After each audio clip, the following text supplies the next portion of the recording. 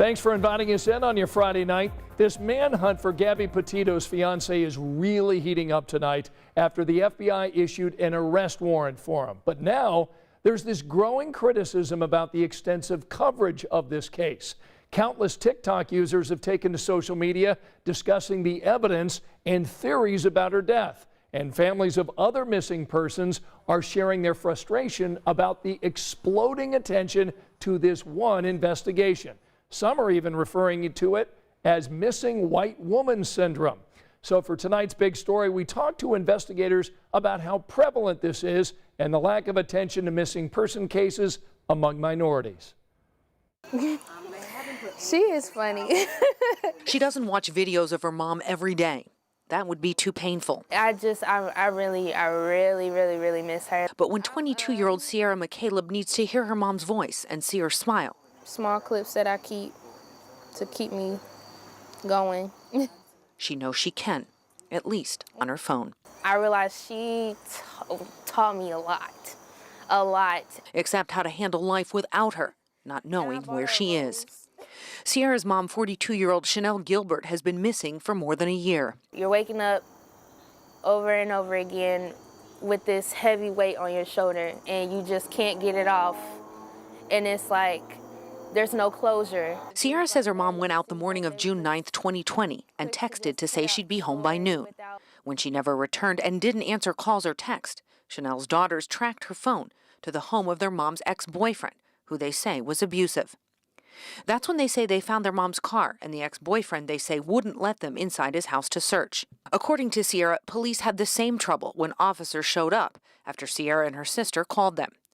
Officers finally got inside the house 3 days later when they got a warrant, but found no sign of Chanel, whose ex-boyfriend has never been charged or named as a suspect. And I feel like that if it had been taken more seriously, she would have been found. Those feelings only intensified the past several weeks, watching national media coverage of an extensive search for 22-year-old Gabby Petito, who disappeared on a cross-country trip with her boyfriend, now considered a suspect after Petito's body was found. Media doesn't cover Black missing person cases like they do as white people. I knew we needed to get the community and the news involved or it wouldn't go far. Indianapolis media did cover Chanel's case early on in her disappearance. The general public and the media has really been attracted to what's called the white woman syndrome, better known as the damsel in distress syndrome. Thomas Louth investigates missing persons and says people of color who go missing get less national attention, in part due to harmful stereotypes that assume they're missing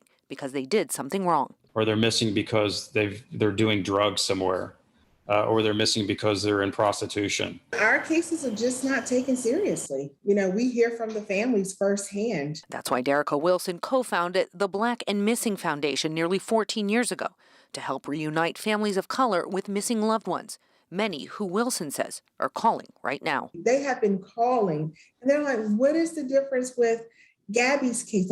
Why can't my child?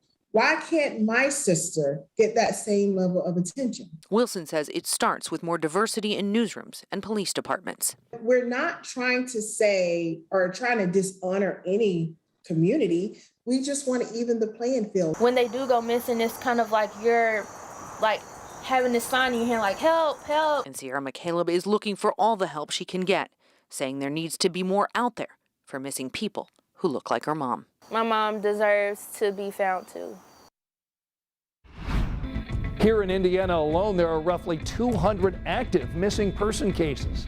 Last month, hundreds of flags were set out on Indy's east side representing each one, along with photos and information, hoping for a break in any case. One of those missing people is 26-year-old Kirsten Bruggeman, who disappeared January 2nd. Last seen on security cameras outside the YMCA off Shortridge Road after a night out with friends.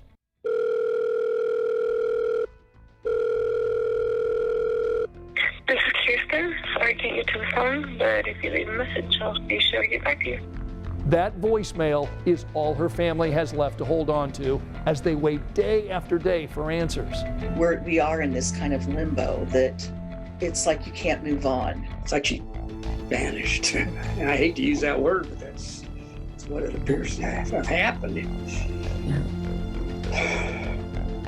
State police have a central hub dedicated to collecting information on missing people like Chanel and Kirsten. No detail is too small. In fact, it could be the missing piece to bring closure to these hurting families.